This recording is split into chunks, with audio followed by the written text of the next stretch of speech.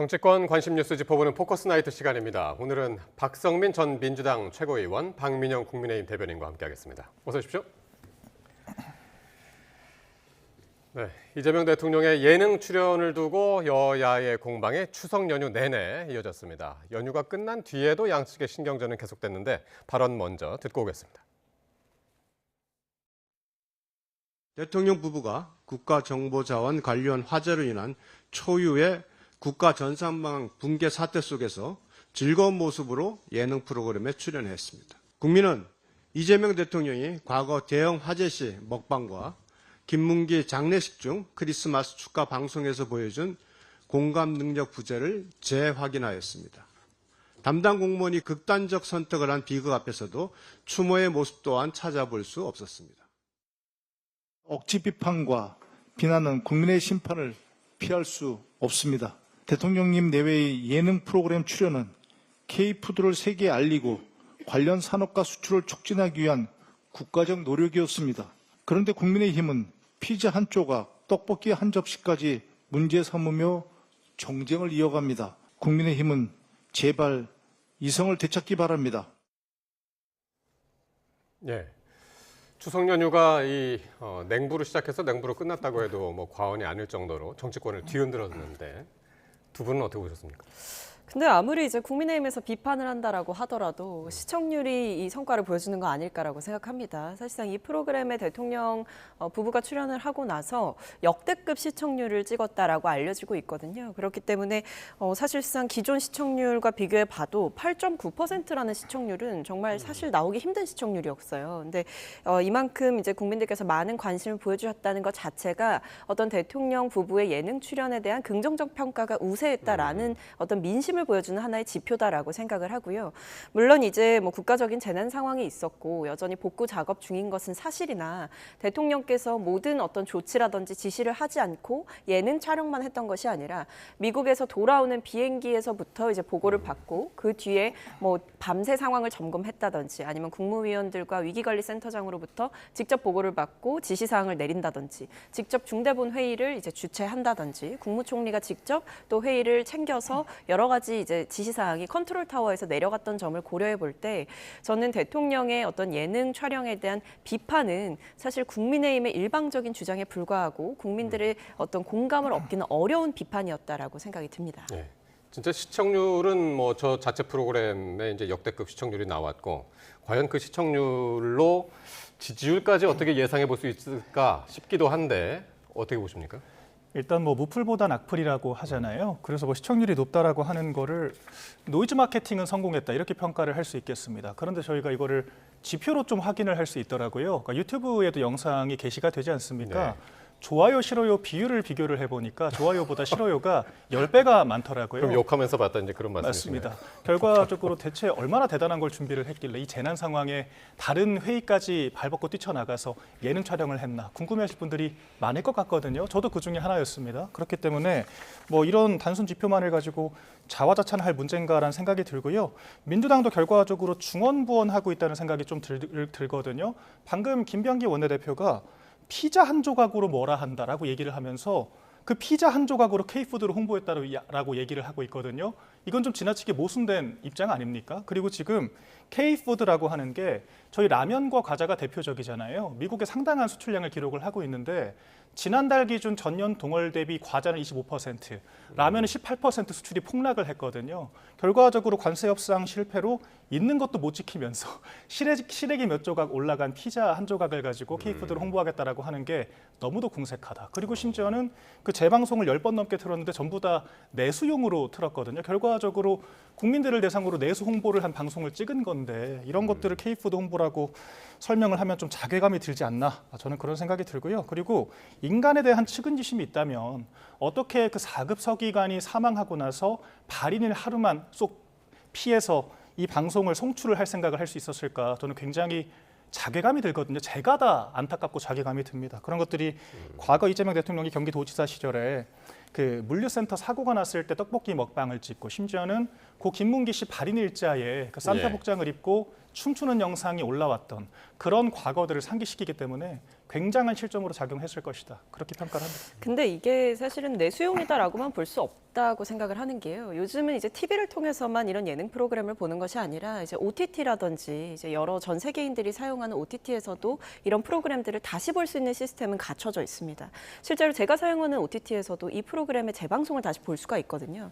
그렇기 때문에 단순히 이것이 국내의 어떤 명절을 맞이해서 국민들께만 보여지는 TV의 프로그램을 넘어서서 어떻게 보면 많은 이제 국가에서 볼 수 있는 OTT를 활용해서 나가는 프로그램이라는 점을 예. 고려해 봤을 때 단순히 이것을 대통령이 대한민국 국민만을 대상으로 이런 예능을 찍었다라고 볼 수는 없다. 오히려 예. 이제 다가오는 에이펙을 대비하면서 여러 가지 이제 정부 이제 뭐 대통령이 직접 참여한 이런 광고가 이제 화제가 되는 일도 있었고 여러 면에서 글로벌 스타들까지 지원 사격에 나서게 되면서 이 에이펙 정상회의에 대한 관심은 뜨거워지고 있는 상황이기 때문에 그러면서 명절과 그리고 이제 전 세계인의 관심을 고려했을 때 적절한 행보였다라고 생각합니다. 근데 이 예능을 보시는 분들이 그 배경은 부디 몰랐으면 좋겠다는 생각이 듭니다. 그러니까 한 일국의 대통령이 이런 국가적인 재난 상황에서 1시간 반 비상대책회의하고 3시간 넘게 예능 촬영하고 그것 때문에 중대본 회의까지 늦춰졌다라고 하는 사실을 외국인들이 알게 되면 그것만한 국가적 망신이 있겠습니까? 그렇기 때문에 뭐 노출이 많이 되더라도 이런 국가적인 치부까지 들춰지지 않기를 바란다라는 말씀드립니다. 예. 오늘도 냉부로 두 분이 열띤 토론 중이신데 어쨌든 이게 그냥 예능 프로그램 출연이 아니라 이제 국정자원의 이제 화제 그 시기와 맞물리면서 이제 더 논란이 됐었는데 어쨌든 오늘 이 대통령이 그 화재 복구 현장을 찾아갔습니다. 그런데 이게 그 예능 출연 논란을 의식한 행보 아니냐 이런 지적도 있습니다. 그때 그럴 거였으면 그 다음 날 갔겠죠. 아니면 그 다음 날 가거나 아니면 예능 출연을 하는 뭐 날에 갈 수도 있는 거고 그 전에 갈 수도 있는 거고요. 저는 대통령실에서 공식적으로 밝힌 입장대로 이것은 미리 예정되어 있었던 일정이고 예능 출연과는 상관이 없다라는 얘기를 공식적으로 표명을 했는데 그게 맞다고 봅니다.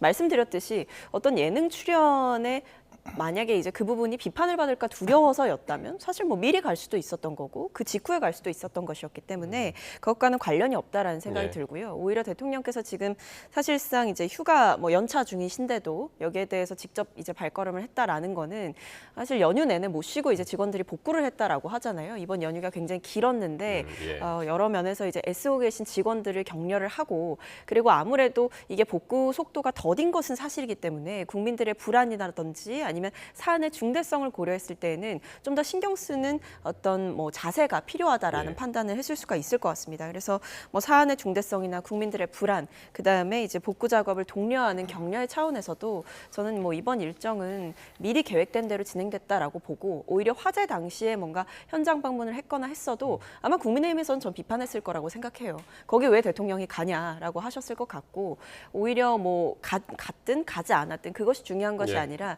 국민의힘 측에서는 이 대통령이 사실상 이 재난이 일어나고 나서 침묵하지 않았느냐라는 일종의 잃어버린 48시간 프레임을 강화하는 데 집중하고 있기 때문에 그런 소모적인 공방으로 이어졌을 가능성이 높다 이렇게 생각합니다. 그러니까 이게 이제 전 국민이 쉬었던 일주일 동안의 이제 연휴였기 때문에 이 시간을 이제 이용해가지고 이게 이제 그 화재 복구의 골든 타임이다. 네. 이제 그렇게 해서 이제 쉬지 않고 이제 복구 작업을 벌였단 말이에요. 거기 이제 격려 차원에서 갔다 이런 얘기죠. 일단은 현재 그 국가정보관리원 화재 사고의 여파가 아직까지 이어지고 있지 않습니까? 지금 2주 가까이 지났음에도 불구하고 복구율이 아직도 30%를 간신히 넘은 실정이거든요. 그리고 추가적인 유실 정보까지 드러나게 되면서 복구 작업이 더 지연될 수 있다라고 하는 이야기까지 전해지고 있습니다. 2주가 흘렀습니다. 그리고 지금 윤호중 행안부 장관이 추석 연휴에도 그렇게 얘기를 했거든요. 공무원들이 7일 내내 날밤을 새가면서 복구 작업에 박차를 가하고 있다라고 얘기를 했고 격려를 했습니다. 근데 그때 이재명 대통령은 휴가를 썼거든요. 사실 금요일 날도 휴가를 써서 열흘 휴가를 언급을 했었기 때문에 지금 휴가 중에 현장 방문을 했다라고 하는 건데 예정되어 있었다라고 해도 굉장히 부적절하죠. 다른 공무원들이 날밤 새면서 복구 작업을 하는 사이에 대통령은 휴가를 갔다라고 하는 것, 그 자체가 부적절하다라고 하는 것이고요. 뭐 저희가 현장 방문을 했어도 비판을 했을 것이다라고 말씀을 하시지만 전혀 그렇지 않습니다. 이런 국가적인 재난 상황에서 대통령이 현장을 방문하고 상황을 점검하는 것은 너무도 당연한 것이라고 생각을 하고 또한 현장 방문만 안 한 것이 아니라 중대본 회의 주재까지 48시간이 걸렸기 때문에 저희가 네. 잃어버린 48시간이라고 지적을 하는 겁니다. 그런 예능 논란 때문에 좋아요보다 싫어요 비율이 10배가 넘는 이런 민심의 악화 일로 되는 모습들을 보면서 황급하게 결정한 일정이 아닌가라고 생각을 하고요. 높게 평가하기 어렵다라고 생각을 합니다. 예. 이렇게 이제 정치권에서 여야의 공방 치고받는 상황이 계속되는 상황에서 훈훈한 소식이 한 가지 있었는데 여야 수석 대변인들 간에 화해 문자가 오고 갔다고 그러는데 이건 어떤 과정이 있었습니까? 그러니까 이게 뭐 SNS를 통해서 이제 일종의 미담 같이 퍼지게 된 건데요. 이제 사실은 양당이 최근에 어떤 논평이라든지 뭐 대변인 명의의 이제 브리핑을 하는 과정에서 뭐 독버섯이라든지 균이라든지 이제 서로를 향해서 이렇게 지칭하는 일이 있었습니다. 그러니까 쉽게 예. 말하면 어떤 민주당에서 추진하는 개혁 과제들이 사실상 전 정부라든지 이 보수 정부에서 만들어놨던 여러 가지 문제들을 해결해가는 과정이기도 했는데 이런 당사자들이 반발하고 나서면서 굉장히 좀 시끄럽다라는 취지로 이야기를 하고 개혁 입법에 대해서 국민의힘이 반발하고 있는 태도를 이제 민주당 측에서 문제를 삼았고 여기에 맞받아치는 과정에서 국민의힘 측 대변인은 또 균이라는 표현을 써가면서 비판을 하게 된 거죠. 근데 여기에 대해서 제가 이제 박수현 수석 대변인의 SNS를 보니까 이 국민의힘 박성훈 대변인이 추석 그 인사 겸 문자를 보내셨더라고요. 그런 것 같더라고요. 그렇게 하면서 이제 식사를 대접하고 싶다라고 예. 이야기를 했고 그래서 박수현 대변인이 좋다라고 이야기를 했는데 그때 이제 다시 온 답장이 논평으로, 그러니까 이제 브리핑으로 좀 이제 비판을 드렸던 거는 좀 죄송하다라는 취지의 문자를 보내셨더라고요. 그것을 이제 공개를 하면서 이제 뭐 사실상 본인이 먼저 이제 얘기를 했다라고 하면서 일종의 훈훈한 장면이 좀 연출이 됐던 겁니다. 그러니까요. 요즘 정치권에서 보기 힘들었던 참 훈훈한 장면이었는데 어떻게 보셨습니까? 일단은 저도 대변인이기는 하지만 대변인이라고 하는 지위가 좀 능동적으로 방향을 정하는 그런 의사결정의 역할보다는 아무래도 당론을 조금 전달하는 역할에 맞춰져 있기 때문에 때로는 자신의 생각과 의중에 맞지 않게 강한 워딩들을 구사할 때가 있을 예. 수도 있습니다. 제가 그런 측면에서 사실 어떤 민주당에 대한 비판 논조 그 자체를 부정하기보다는 표현상으로 독버섯과 균이라고 하는 어떤 날선 표현들에 대해서는 과도한 측면이 있었다. 그런 이야기를 아마 전달하고자 하는 의도가 아니었을까라고 저는 생각을 하거든요.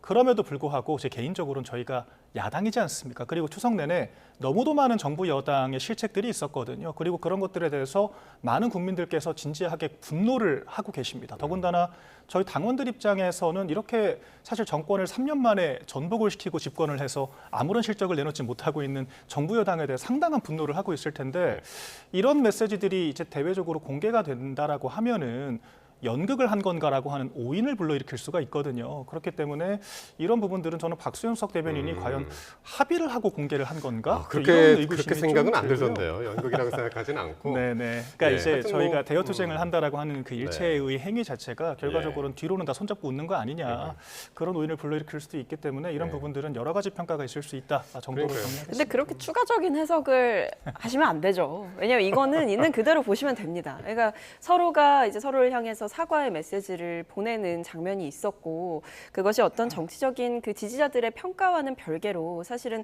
이 뭐 지금 상황에서 정치적 상황에서 보기 드문 장면이었기 때문에 화제가 네. 되는 것이고 이것이 뭐 서로가 이렇게 보낼 테니까 답장을 이렇게 주십시오 이렇게 보낸 건 아니지 않습니까? 맥락을 보면 그 연기를 네. 말한 게 아니라요. 네. 저희가 대여투쟁을 비판을 하는 했던 일체의 것들. 과정들이 뒤로는 딴 얘기하고 있던 거 근데 사실 아니냐라고 그게 딴 하는 오인을 얘기라기보다는 말씀드리는 이제 거죠. 표현의 수위에 대해서는 뭐 공격의 방향은 서로가 맞다라고 생각을 하더라도 표현의 방식을, 그러니까 그 단어를 꼭 그렇게 써야 됐을까라는 반성 정도는 전 서로가 충분히 할 수 물론 있다고 훈훈한 보고. 이야기라고 이게 네, 그렇기 소개를 때문에 저는 해드렸는데, 여기에 대해서 네. 오히려 좀 부차적인 해석이 붙거나 네, 정치적인 그렇습니다. 왜곡이 들어가는 것은 좀 자제하는 것이 맞지 않을까. 공방을 할 건 아니고 사실 오히려 국민들 입장에서는 좀 반가운 네. 뉴스였을 것 그럼요. 같습니다. 네. 지금 박성민 저는- 최고위원하고 이제 박민영 대변인도 평소엔 친하시잖아요.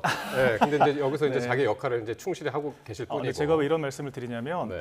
민주당이 야당일 때는 이런 선제적인 사과나 이런 메시지가 전혀 없었던 걸로 저는 알고 있기 때문에 국민의힘이 야당일 때 너무 당성을 갖지 못하는 게 아니냐라고 하는 일부 저희 지지자들의 예. 지탄이 있을 수 있다. 이제 그 부분을 말씀드린 겁니다. 자, 훈훈한 얘기 했고요. 다음 주부터는 이제 이재명 정부의 첫 국정감사가 시작이 됩니다. 작년하고는 이제 공수가 뒤바뀐 여야의 격전이 예상되는데 여야 지도부 발언 듣고 오겠습니다.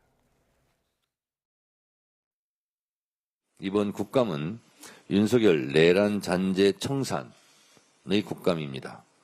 민주당은 전 정부의 불법과 실정으로 망가진 곳을 고치고 내란의 상흔을 메우고 개혁을 완성하는 국감으로 국민의 기대에 반드시 응답하겠습니다. 약속한 개혁 시간표대로 한치의 오차도 없이 완벽하게 추진하겠습니다. 한 손에는 민생, 한 손에는 개혁의 깃발을 들고 흔들림 없이 나아갈 것을 다시 한번 약속드립니다.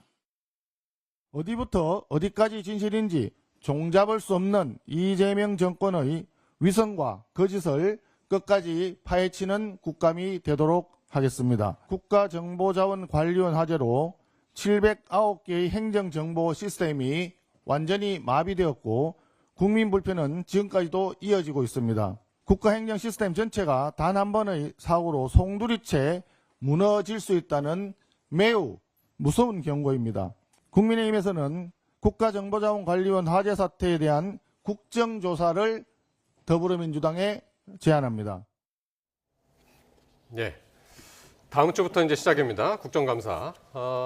여야가 이제 목표가 다른데 지금 들으신 것처럼 이제 민주당에서는 내란 청산을 목표로 삼고 있고요. 국민의힘에서는 독재 저지 이걸 이제 내걸었습니다.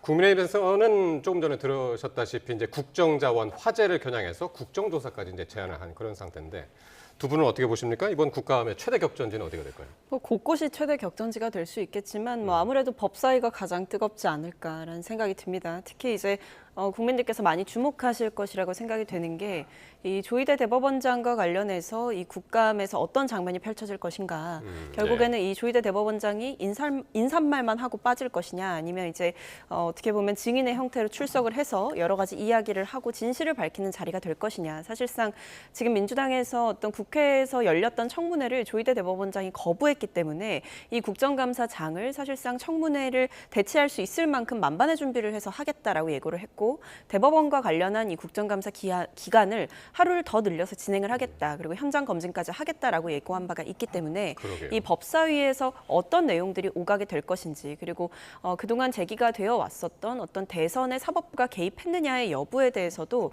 좀 네. 밝힐 수 있는 자리가 될 것으로 기대하고 있습니다. 예, 대법원 국감을 이제 가장 큰 격전지로 보셨는데 이제 다음 주 월요일하고 수요일로 잡혀 있는 거죠 지금? 맞습니다. 근데 예. 저는 민주당이 좀 우리나라 헌법 체계에 대해서 너무 좌시하고 있는 게 아닌가라는 생각이 좀 들거든요. 그 비단 대법원장뿐만 아니라 개별 판사가 진행했던 사건과 진행 중인 사건에 대해서 특검 내지 국정감사에서 질의하는 것 자체가 위법입니다. 그렇기 때문에 지금 대법원장을 불러다가 과거 이재명 대통령의 그런 재판 사건에 대해서 물어보고 검토를 하겠다라고 하는 것은 우리나라 헌법 체계, 삼권 분립과 사법부의 독립에 대해서 전혀 인정하지 않는 그런 태도를 보이고 있는 거거든요. 그렇기 때문에 그 자체로 적절하지 않은 것이라고 저는 생각을 하고요. 조희대 대법원장이 성역이 아니라고 이야기를 하면서 정작 김현지 부속실장 출석에 대해서는 결사옹위를 하고 있지 않습니까? 오늘 김병기 원내대표 이야기를 들어보면은 결과적으로 부를 생각이 없는 것 같아요. 그러니까 문진석 의원도 예. 어차피 정쟁용 땔감을 만들려고 하는 거 아니냐, 이제 그런 식의 반응을 보이고 있거든요. 예. 결과적으로 대통령실은 100% 나간다라고 하면서 당이 합의하면이라고 하는 전제를 깔고 당이 합의하지 않는 이런 꼼수를 통해서 국감에 출석하지 않으려고 하는 게 아닌가라고 하는 국민적인 의구심이 확신이 되고 있다라고 저는 생각을 하고요. 이런 부분들을 대법원에 대한 이런 부당한 압박을 통해서 예. 극복하려고 하는 것은 대단히 부적절하다라고 말씀드리겠습니다. 그러니까 지금 말씀하신 것처럼 여당에서는 조희대 대법원장을 불러내려고 그러고 그리고 야당에서는 이제 김현지 부속실장을 지금 이제 부르려고 하는 그런 상황인데 어쨌든 조희대 대법원장에 대한 그 민주당의 집념은 사실 그 동행명령장 발부 가능성까지 지금 이야기하고 있는데 사실 대법원장이 지난 국감까지만 하더라도 보통 이제 인사만 하고 자리를 떴잖아요. 그렇습니다. 예, 작년에 이제 정청래 대표가 당시에 이제 법사위원장 할 때도 그랬었고. 네, 근데 일단은 뭐 지금 상황에서 민주당이 좀 강경하게 나갈 수밖에 없는 이유는 사실 이게 어떤 판결의 결과를 뒤집겠다라는 목적의 비판이나 문제 제기라기보다는 사실 그때 이제 유죄 취지의 파기환송 결정이 대선 직전에 나오게 되는 과정에 대해서 그것이 석연치 않다라는 것이었거든요. 그러니까 예를 들면 이제 전원합의체 회부한 날에 기일이 진행이 되고 이틀 후에 두 번째 기일이 진행이 되는, 그것도 특정 사건 한 건만을 위해서 이런 합의 기일이 진행되는 것 자체가 전례가 없던 일이었고 전환합의체에 회부하게 된 그 경위에 대해서도 국회가 질의를 했을 때 지금 보면 입장이 사실은 엇갈리거든요. 그때 당시에는 이 조희대 대법원장이 직접 요구를 했다라고 이야기를 하고 최근에는 국회에 나왔던 이 법원 행정처장은 대법관들이 다 같이 이제 의견을 모아서 전환합의체에 회부하게 됐다라는 취지의 설명을 했습니다. 그렇기 때문에 이런 합의 기일이 진행되는 잡히는 그런 과정도 전례가 없었고 전환합의체에 회부됐던 속도 그리고 결과적으로 이 유죄 취지의 파기환송심이 나오기까지의 걸렸던 시간 자체가 전례 없이 빠르게 진행됐던 그것도 특정인의 사건에 대해서만 이렇게 진행이 됐다라고 하는 것은 과정상의 문제는 전 충분히 지적할 수 있다라고 보기 때문에 심지어는 그 말 자체도 그 법원 내부에서도 엇갈리고 있다라고 한다면 예. 여기에 대해서 충분한 경위에 대한 성실한 설명은 필요하지 않을까라는 생각이 들어서 여기에 대해서 조희대 대법원장이 지금까지처럼 마냥 피하기만은 할 수 있을까라는 것이 제 의문이고요. 동행 명령장까지 발부를 할 수 있을지는 모르겠지만 핵심은 그만큼 이 사안 자체, 그러니까 조희대 대법원장이 계속해서 회피하는 입장을 내는 것이 아니라 명확한 입장 표명과 설명 그리고 사법부의 수장으로서 책임을 짓는 자세를 보일 것이냐 아니냐에 대해서 민주당이 주목하고 있다. 이렇게 이해해 주시면 될 것 같습니다. 그러니까 안 나올 가능성이 지금 크기 때문에 15일 현장 국감까지 하겠다는 거거든요. 네. 예. 안 나오는 것이 당연히 맞는 거죠. 그거를 회피라고 이야기를 하면 안 됩니다. 우리가 대법원장이 아니라 어떤 법관이라고 하더라도 판결 내용에 대해서 국회가 공식적으로 추궁을 한다라고 하는 것. 이것은 피고인들의 방어권에 대해서도 문제가 될 수 있는 부분이고요. 사법부 독립을 침해하는 거기 때문에 이런 것들은 뭐 유도리를 언급할 사안이 아니라 말 그대로 위법이라고 제가 다시 한번 강조를 드리겠고요. 과거 이 김명수 대법원장은 판결이 아니라 그 당시 민주당이 야당이었던 시절에 김명수 대법원장, 그러니까 한 법관에 대한 탄핵을 추진했던 적이 있거든요. 그 탄핵 추진에 대해서 김명수 대법원장이 사표를 반려를 하면서 야당이 탄핵을 추진하고 있기 때문에 사표를 받을 수 없다라고 이야기하는 녹취록이 공개가 됐었습니다. 그런 식의 부적절한 대법원장이 야당과 협잡을 하는 사례가 노출이 됐었기 때문에 당시 여당이었던 국민의힘이 이런 부분들을 국감장에서 다퉈보자고 얘기를 한 적이 있었거든요. 근데 당시에 사법부의 독립을 주장하는 야당의 그런 주장을 여상규 당시 국민의힘 출신의 법사위원장이 받아들여서 출석을 하지 않은 적이 있었습니다. 그러니까 국민의힘은 주장을 하더라도 절제가 있고 선이라는 게 있거든요. 그런데 지금 민주당은 그런 게 전혀 없습니다. 과거 자신들이 사법부의 독립을 이야기했던 그런 선까지 모두 다 뒤집어가면서 심지어는 균형을 잡아야 될 법사위원장조차 오히려 법사위원장이 선제적으로 나서서 청문회까지 하겠다라고 이야기를 하고 있지 않습니까? 이런 것들이 국가 시스템을 파괴하는 위법적인 행위라고 저희가 지적드릴 수밖에 없는 것이고요. 저희가 조희대 대법원장 개인을 보호하는 것이 아니라 우리 사회 사법 시스템을 보호하기 위해서 이렇게 강경한 주장을 펼칠 수밖에 없다라고 말씀드립니다. 근데 이제 과거에 국민의힘이 이 김명수 대법원장의 사퇴를 요구하면서 출근길까지 몰려가서 경찰이랑 몸싸움하는 일까지 있었었거든요. 근데 그때 뭐라 그랬냐면 무너진 신뢰를 회복하기는 어렵지만 신뢰가 무너지는 것은 하루아침이다. 사법부가 무너지고 있는 것에 김명수 대법원장이 책임지고 사퇴해야 된다. 이런 주장도 사실은 했었고. 그러니까 지금 국민의힘 측에서 이제 민주당에 대해서 비판했던 지점이 대법원장에 대한 사퇴 요구를 이렇게 무지막지하게 하는 경우가 어딨냐. 이런 취지의 얘기들을 했었지만 사실 과거에 본인들도 출근길까지 저지해가면서 이런 일들이 있었다라는 점을 좀 말씀을 드려야 될 것 같고 국회에서 뭔가 따져보자라는 인사권과 관련해서 따져보자라는 얘기가 있었지만 그때 당시 이제 민주당이 그것을 받아들이기가 어려웠다라고 얘기했던 이유는 당시 이제 그런 법원 인사와 관련해서 인사청문회를 통해서 국회에서 검증을 해서 넘어갔던 사안인데 국회에서 검증해서 넘어갔던 사안을 국회에서 다시 따져보자라고 하는 것은 국회의 권한 자체를 실추시키는 일이다라는 점에서 반박을 당시에 이제 하는 과정들이 법사위에 또 있었었거든요. 그렇기 때문에 저는 이번 일은 제가 거듭 말씀을 드리지만 판결의 근거를 밝혀라라는 취지의 내용이 아니라 유죄 취지의 파기환송이 내려지는 그 결정의 과정들이 전례 없이 빠르게 진행되었다는 점에 대해서는 경위 설명 정도는 해야 되는 것 아니냐. 그것이 심지어 법원 내부에서 엇갈린 주장이 나오고 있다라고 한다면 네. 이 부분에 대해서 조희대 대법원장이 특정 대선 후보를 겨냥해서 움직인 것이 아니다라는 명확한 답변은 있어야 되는 것 아니냐. 그 정도의 책임은 필요하지 않냐라는 제가 말씀을 드리고 싶습니다. 조금 사실관계를 바로잡자면 누차 말씀드렸듯이 김명수 대법원장은 판결 때문에 문제가 된 게 아닙니다. 야당과 협잡을 해서 특정 법관에 대한 사표를 반려를 하는 것이 심지어 직접적인 증거라고 할 수 있는 녹취록을 통해서까지 드러났기 때문에 이런 부분들은 당연히 검증을 해야 되는 부분이었다라고 생각을 하고요. 그럼에도 불구하고 국민의힘 출신 법사위원장은 그와 같은 청문회 내지 국감을 찬성하지 않았다라고 하는 점을 제가 짚어드리는 거고요. 민주당은 지금 특정 판례를 짚고 넘어지고 있기 때문에 완전히 문제가 다르다. 그리고 그 45일 걸렸다라고 하는 게 과도하게 빨랐다라고 하는 것도 민주당의 주관적인 주장인 겁니다. 633 원칙에 따르면은 3심은 3개월 안에 끝내야 하는 것이 원칙인 것이고요. 예. 사실심이 아니라 법률심이기 때문에 다툼의 여지가 많지 않습니다. 더군다나 대법원장 개인이 아니라 12명의 대법관이 9대3 전원합의체를 통해서 결론을 낸 것인데 이런 것들을 집요하게 물고 늘어지는 것은 적합하지가 않고 결과적으로 이재명 대통령이 피고인이 아니었다면 그런 일이 있을 여지조차 없는 건데 결과적으로 피고인을 후보로 낸 민주당의 과실이 예. 크다라고 저는 보고 있습니다. 그러니까 조희대 대법원장은 이제 다음 주에 이제 출석을 하느냐 안 하느냐 이제 이게 관건이고 김현지 부속실장은 11월 만약 이제 나오게 된다면 이제 11월인데 다음 주에 이제 그 상임위 운영위에서 채택 여부를 결정할 텐데 어떻게 될까요, 여기서?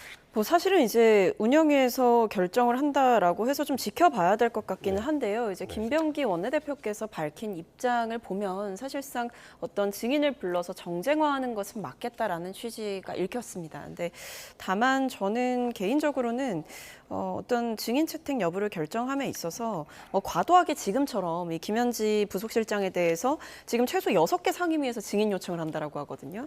뭐 운영위는 뭐 이제 결정을 해야겠지만 농해수위, 국토위, 과기방통위, 행안위, 기재위 이렇게 뭐 보면 뭐 백현동 의혹을 묻겠다, 대장동 아파트 자금 출처를 묻겠다 이런 식으로 사실은 어떻게 보면 대통령의 비서로서 시행하는 업무를 검증하는 일과는 완전히 별개의 일. 그리고 국정 운영 과정에서 뭐 총무비서관으로서 했던 여러 가지 일들이라든지 이런 부분을 묻기보다는 앞서 말씀드렸듯 어떤 뭐 백현동 그다음에 뭐 심지어 과기방통위에서는 예능 프로그램 출연 관련해서 묻겠다라고 이야기를 하고 있고 예. 뭐 기재위에서는 대장동 아파트의 자금 출처를 묻겠다. 그러기 위해서 김현지 실장을 부른다.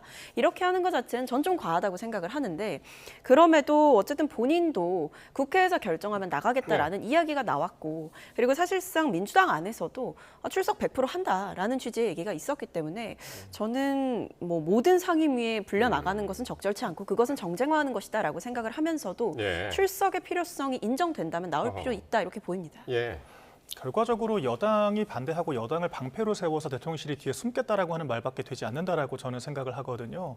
그러니까 김현지 부속실장 같은 경우에는 총무비서관으로 4개월 동안 역임을 했습니다. 그리고 그 과정에서 여러 대통령실 내 인사를 관할했던 것은 너무도 자명하고요. 특활비 집행이나 회계 집행까지 총체적인 그런 곳간 관리를 했기 때문에 당연히 그에 대한 국민들 앞에서 소상하게 소명해야 될 책임이 있다라고 생각을 하거든요. 네. 그리고 김현지 부속실장은 한 발 더 나가서 총무비서관실의 관할권 밖에 있는 장관급 인사에 대해서 강선우 후보자에 대해서 대통령의 의중을 전달했다라고 해서 지금까지 보도가 남아있지 않습니까? 그런 여러 가지 의혹들, 만사형통이라고 하는 실체가 무엇인지에 대한 의구심들이 있기 때문에 네. 당연히 국민 앞에 떳떳하게 목소리를 밝히는 것이 맞다라고 저희는 생각을 하거든요. 그런데 지금 김병기 원내대표가 정말 궁색하기 짝이 없는 이야기를 하고 있습니다. 김건희 여사를 또 소환을 했거든요. 김건희 여사도 그럼 인사 개입을 했으니까 국감장에 불러야 되는 거 아니냐라고 하는 취지로 이야기를 했습니다. 그런데 민주당의 자가당착 논리거든요. 민주당이 작년에 이미 영부인의 출석 관례가 없음에도 불구하고 단독으로 증인 출석을 의결을 했었습니다. 이미 성역을 깬 것은 민주당인데 영부인까지 소환할 수 있다라고 이야기를 했으면서 부속실장이 뭐라고 이렇게까지 옹위를 합니까? 그야말로 저는 자기 모순적인 행보라고 생각을 하고요. 결과적으로 민주당이 그토록 악마화했던 예. 김건희 여사와 김현지 부속실장을 오버랩시킴에 따라서 정무적으로 패착을 저지른 것이다. 저는 그렇게 보고 있습니다. 저는 한 가지 좀 말씀드리고 싶은 것은 당시 이제 강선우 장관 후보자에 대해서는 김현지 당시 이제 비서관이 직접 전화를 했다라는 것은 허위 사실이라고 대통령실에서 바로 잡았기 때문에 그 부분은 좀 말씀을 드려야 될 것 같고요. 앞서 말씀드렸듯이 저는 뭐 국회에 나올 수 있다라고 생각합니다. 그리고 대통령실을 감사하는 과정에서 필요하다면 나와서 여러 가지 얘기를 해야 되는 것도 국민에 대한 도리라고 생각을 하지만 네. 앞서 말씀드렸듯 지금 사실 국민의힘이 김현지 부속실장을 불러서 하고자 하는 얘기가 과연 그런 건전한 감사에만 초점이 맞춰져 있는가. 이른바 만사현통이라는 프레임을 쓰면서 사실상 과거부터 이어져 온 대통령과의 인연을 고리로 삼아서 공격하고자 하는 의도가 있다. 그렇기 때문에 국토위나 기재위에서는 어떤 대통령실 감사와는 사실상 상관없고 국토위나 기재위의 현안과도 상관없는 백현동 의혹과 대장동 의혹을 김현지 실장을 알겠습니다. 불러서 묻겠다라는 것이기 때문에 이것은 과하다고 생각합니다. 예. 짧게만 첨언드리면 대통령실이 반론을 했지만 예. 해당 기사는 여전히 그대로 보존이 되어 있다라고 하는 점만 짚어드리겠습니다. 예. 두 분하고 얘기하면 항상 이제 시간이 짧은데 이게 지금 그 얘기할 거는 좀 더 남아 있어가지고요. 조금 빨리 진행을 하겠습니다. 내년 지방선거 얘기를 해야 되는데 그냥 꺼낸 것이 아니라 벌써 준비 작업에 들어갔습니다. 여야가. 민주당이 공천제도를 정비하겠다고 그러고 당원 검증에 착수를 했는데 이 당원 검증, 당원을 어떻게 검증하겠다는 건지 지금 최근 불거졌던 종교단체 입단 동원 논란 등이 영향을 미친 것인가 싶기도 한데요. 네, 아무래도 이제 최근에 있었던 종교단체를 동원해서 당원 가입이 무더기로 있었던 거 아니냐라는 의혹에 대해서는 이제 민주당의 정청래 대표께서 굉장히 강경하게 대응을 하셨습니다. 윤리감찰단에 대해서도 이제 지시를 내렸고 서울시당에도 조사를 해보라라는 얘기를 했거든요. 이게 일종의 당원 검증이라는 게 사실은 이제 명부를 어느 정도 좀 정리를 하겠다는 거죠. 그러니까 예를 들면 뭐 중복 가입자라든지 아니면 유령 당원이라고 볼 수 있는 허위 혹은 가명으로 당원으로 가입한 자 이런 부분들을 좀 대조해 볼 수가 있고 예. 혹은 단기간에 집단적으로 입당했다. 그러니까 좀 어떤 작업에 의해서 집중적으로 모집된 것 아니냐라고 의혹이 있을 만한 예. 그런 내용들을 좀 전수조사를 하겠다라는 취지인 것 같고요. 아무래도 이제 지방선거는 사실 국민들이 느끼셨을 때는 좀 많이 남았다라고 생각하실 수 있지만 예비주자들 입장에서는 지금 벌써부터 물밑에서 뛰고 계신 분들 그리고 뭐 시도의원 선거도 있기 때문에 네. 여러 면에서 이 당원 명부 그리고 당원 모집이 굉장히 중요해지는 시점입니다. 그래서 그렇군요. 이것이 이제 경쟁이 과열되는 상황 속에서 어떤 당원 명부와 관련된 논란들을 정리를 하고 당내 기강을 확립하는 차원 그리고 지방선거를 준비하는 과정에서 꼭 거쳐가야 하는 일종의 정비라고 봐주시면 되겠습니다. 내년 지방선거가 6월 3일입니다. 그러니까 한 8개월 정도 남았는데 국민의힘은 오늘 지방선거 총괄기획단을 출범시켰죠. 맞습니다. 네. 사실 지방선거라고 하는 게 지금 길게 남은 것 같지만 박성민 최고 얘기했던 것처럼 이미 물밑 신경전을 비롯해서 후보들 간의 그런 신경전들은 시작됐다라고 봐야 하는 거거든요.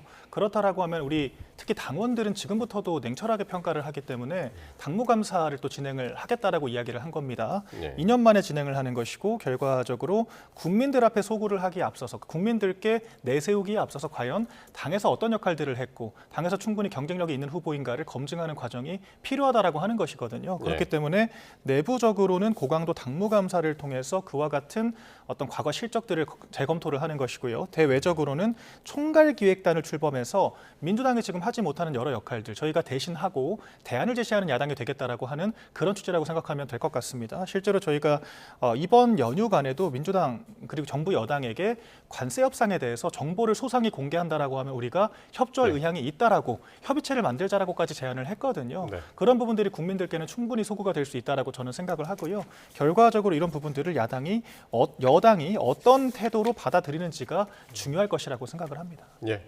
이제 막 이제 시작이지만은 이제 일단 뭐 준비 기획단도 이제 출범을 했기 때문에 매일매일 이제 그곳에서도 뉴스가 또 나올 것 같습니다. 마지막으로 짧게 하나 보겠는데요. 일단 오늘 안 좋은 일이 하나 있었죠. 김건희 씨 일가의 양평 공흥지구 의혹을 조사받던 양평군 공무원이 숨진 채 발견됐는데 장동혁 대표가 오늘 국회에서 긴급 기자간담회를 열고 특검의 강압 수사를 규탄했습니다. 한번 들어보시겠습니다. 공직자 한 명이 평범한 국민 한 명이 특검의 무도한 수사 때문에 극단적 선택을 했습니다. 대한민국은 더 이상 자유민주주의 국가가 아닙니다. 법치주의 국가도 아닙니다. 국민의 국가도 아닙니다. 조폭 같은 특검이 미쳐 날뛰어도 모두가 침묵하는 그런 나라가 됐습니다. 예. 오늘 그 숨진 공무원의 자필 메모가 한 장 공개가 됐죠. 그걸 이제 장동혁 대표가 한 장을 다 읽었습니다. 읽고 이제 저런 분위기에서 이제 기자회견을 한 건데 어쨌든 그 메모 안에는 특검이 강압적인 분위기 속에서 진술을 강요했다. 이런 취지의 내용이 이제 빼곡히 들어 있었는데 어떻게 보셨습니까? 먼저 일단 굉장히 좀 안타까운 일이죠. 고인이 되신 분의 좀 명복을 빌고 유가족들께도 위로의 말씀을 먼저 드리는 게 도리일 것 같습니다. 다만 저는 이제 누군가의 안타까운 죽음이 정쟁의 요소로 쓰이는 것은 조금 신중해야 되지 않을까, 좀 주의가 필요하지 않을까라는 생각이 드는데요. 물론 조금 더 이제 상황들을 밝혀봐야겠지만 이 특검 측의 주장에 따르면 사실은 뭐 휴식 시간 보장이라든지 식사 시간 보장 이런 기본적인 조치들도 잘 이루어졌고 그리고 이 이제 숨진 분에 대한 이 조사 같은 경우에도 이미 A 씨의 진술과 같은 진술을 확보하고 있었던 특검 입장에서는 당사자를 뭐 협박할 이유도 회유할 이유도 없었다. 그러니까 일종의 강압적인 수사를 통해서 무언가 끌어내야 되는 상황이 아니었다라는 취지의 예. 상황 설명을 충분히 했고, 그리고 뭐 압수수색과 같은 강제적인 수사도 없었고, 그리고 이제 동일한 사안에 대해서 다른 공무원들 같은 경우에는 2차례 조사를 받았지만 이분은 또 이제 한 차례 조사만이 예정되어 있었기 때문에 추가적인 조사도 있을 것으로 보여지지는 않았거든요. 그래서 뭐 이런 상황 속에서 좀 안타까운 선택을 하셨기 때문에 저도 좀 말씀을 드리기가 조심스럽습니다만 예. 이것을 너무 좀 과하게 뭐 몰아가거나 혹은 정치권에서 좀 논평을 하기에는 이른 시기가 그렇습니다. 아닐까 어쨌든 싶습니다. 당사자가 돌아가셨기 때문에 이거를 이제 진실 공방을 어떻게 이제 확인할 방법은 이제 굉장히 어려운 상황이 됐긴 했습니다만은 앞으로 이제 그 이 특검 수사가 지금 이제 특검 수사가 시작된 이래로 관련자가 이제 숨진 것이 이제 처음인데 네. 어떻게 예상을 하시나요? 저희가 이렇기 때문에 특검 수사를 반대를 했던 거거든요. 왜 그러냐면 지금 민주당이 과거 일반적인 검찰 수사마저도 잔악무도했다, 반인권적이었다라고 얘기하면서 수사 기소 분리를 얘기하고 있잖아요. 그런데 정작 특검을 향해서는 수사와 기소가 합치되어 있으면 물론이거니와 공소 유지도 해야 되고, 그리고 심지어는 피의 사실 공표까지 허용을 하고 별건 수사가 무제한적으로 허용되는 수사를 하라고 종용을 했던 거거든요. 저는 그 과정에서 무리한 수사가 자행됐다라고 생각을 합니다.